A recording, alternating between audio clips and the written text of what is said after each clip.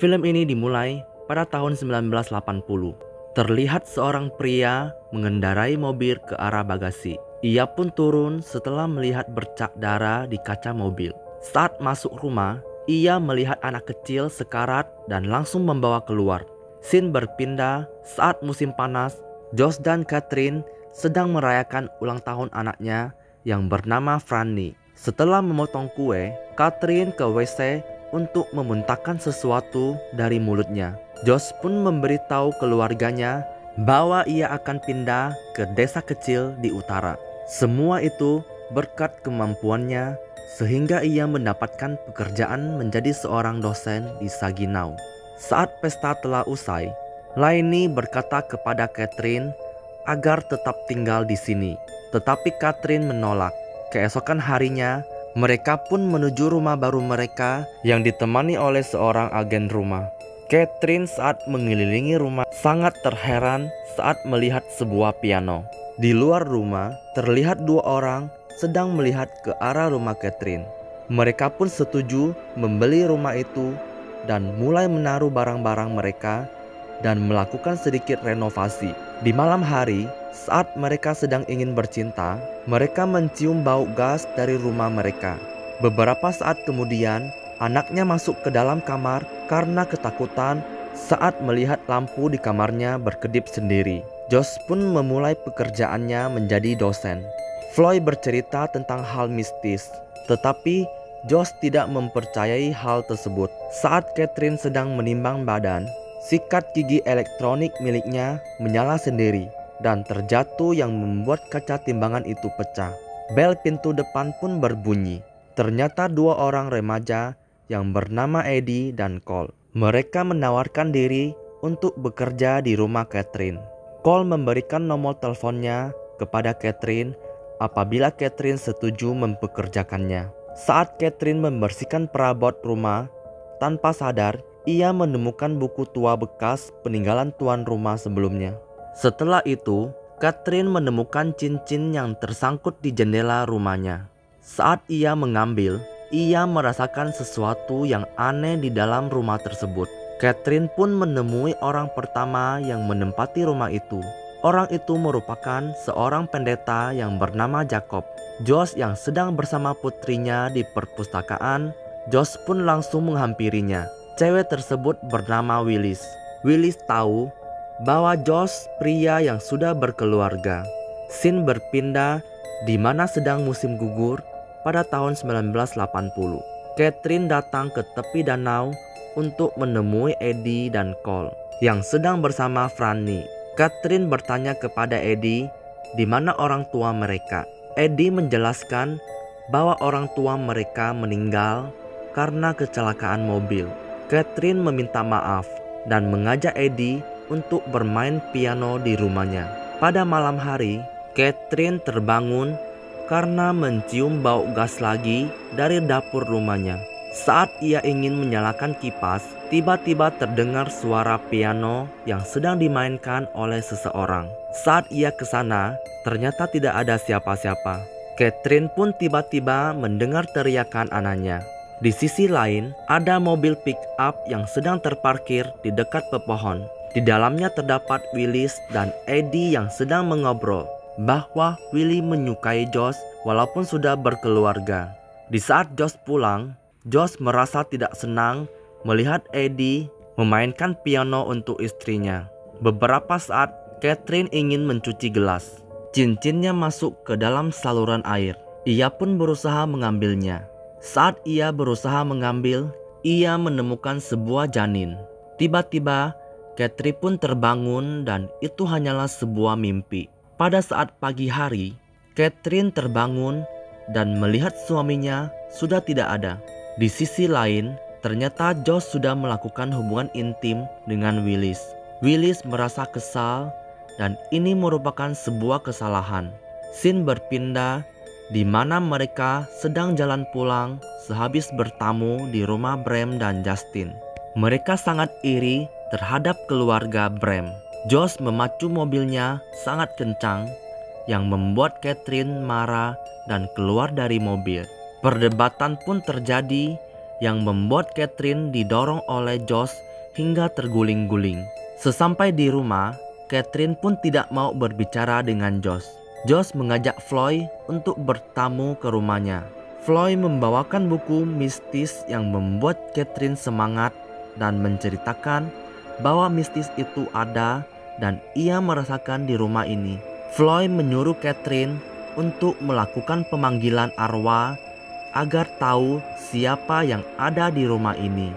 Catherine melakukan pesta kecil-kecilan di rumahnya untuk mengenal tetangganya. Pesta itu pun berlangsung. Semua datang ke pesta itu. Mare berterima kasih kepada Catherine karena telah mempekerjakan Eddie dan Cole.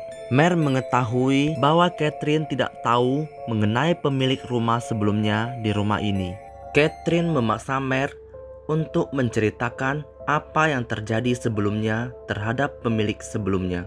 Dahulu, pemilik sebelumnya ada orang tua Eddie dan Cole. Karena masalah ekonomi, ayahnya Eddie hendak ingin bunuh diri bersama keluarganya. Ayahnya Eddie memberikan obat tidur kepada istrinya, Eddie dan Cole. Lalu ia membocorkan gas tersebut dan langsung meledakkannya. Akan tetapi, Eddie dan Cole masih selamat. Setelah pesta selesai, Catherine marah kepada Josh karena tidak menceritakan rumah itu kepadanya. Tiba-tiba radio itu menyala sendiri. Josh langsung mencabut kabel radio itu, tetapi radio itu tetap menyala yang akhirnya Josh banting radio tersebut. Catherine bersama teman komunitasnya mencoba untuk memanggil roh yang ada di lukisan tersebut. Tiba-tiba ada taplak sebuah meja yang terbang ke arahnya dan mengeluarkan suara, "Berhati-hatilah." Mereka pun juga mendengar suara pertengkaran suara pria. Floyd memberitahu Catherine bahwa ada roh jahat di rumah ini. Keesokan harinya, Catherine menunjukkan cincin yang ia temukan kepada Eddie.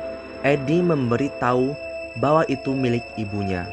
Pada malam hari, keluarga Catherine datang dan memberitahu bahwa lukisan laut itu milik sepupunya Catherine sebelum meninggal. Mendengar hal itu, Catherine dan Josh bertengkar kembali. Sesaat Catherine tidur, Josh yang berada di dalam mobil mendengar bisikan tentang kebebasan. Floyd mengajak Josh untuk mendiskusikan surat rekomendasi yang ia palsukan akan membawa masalah ini ke sumber daya kampus, alias Josh akan dipecat. Di tempat lain, Justin yang masuk ke dalam kedai merasa terkejut melihat sial yang ia buat dipakai oleh Willis. Justin menanyakan kepada Willis. Willis menjawab bahwa ini hadiah dari teman saya. Seperti yang kita tahu, Josh meminta Justin membuatkan syar untuk diberikan kepada ibunya. Di malam hari, Justin menemui Josh di kampus dengan keadaan Josh basah kuyup, lalu mengatakan bahwa syar yang kamu pesan bukan untuk ibumu, melainkan untuk wanita lain. Justin pun melanjutkan mengendarai mobil tersebut. Saat menyetir, mobil Justin ditabrak oleh mobil yang di belakangnya, yang membuatnya keluar jalur dan kecelakaan. Keesokan harinya, Catherine menjenguk Justin yang sedang dirawat di rumah sakit. Catherine pun pulang dengan mengendarai mobil. Saat memutar radio di mobil, ia mendengar bahwa Floyd telah meninggal. Di dalam kampus, Josh juga menangis mendengar hal itu. Catherine berencana untuk meninggalkan Josh sendirian di rumah. Tetapi Josh menyeret Catherine untuk menyuruhnya meninggalkan rumah tanpa anak-anaknya. Catherine memberitahu kepada Josh bahwa ia tahu bahwa Josh lah yang membunuh Justin dan Floyd. Josh pun terdiam dan masuk ke dalam rumah. Catherine pun merasa pusing dan ingin pingsan. Ternyata saat Josh sudah tahu Catherine ingin meninggalkan rumah, Josh memasukkan obat bius ke dalam minuman yang diberikan kepada Catherine sebelumnya. Catherine yang pingsan saat mencari anaknya. Tiba-tiba Josh datang dengan membawa kapak langsung membunuh si Catherine. Cole yang pagi-pagi datang ke rumah Catherine menemukan surat yang berisikan jangan mengganggu istrinya yang sedang sakit dan menjaga Franny hingga ia tertidur. Di malam hari, seorang polisi yang bernama Travis mendapat kabar dari warga bahwa rumah Catherine terjadi perampokan. Para polisi pun datang ke rumahnya dan langsung melihat Catherine sudah terbunuh. Pihak kampus memberitahukan kepada polisi bahwa Josh seharian mengajar di kampus. Mendengar hal itu, polisi membebaskan Josh. Mereka memanggil Eddie untuk meminta keterangan. Eddie memberitahu bahwa Josh lah yang membunuh istrinya. Tetapi polisi tidak percaya yang membuat Eddie keluar dari kantor tersebut.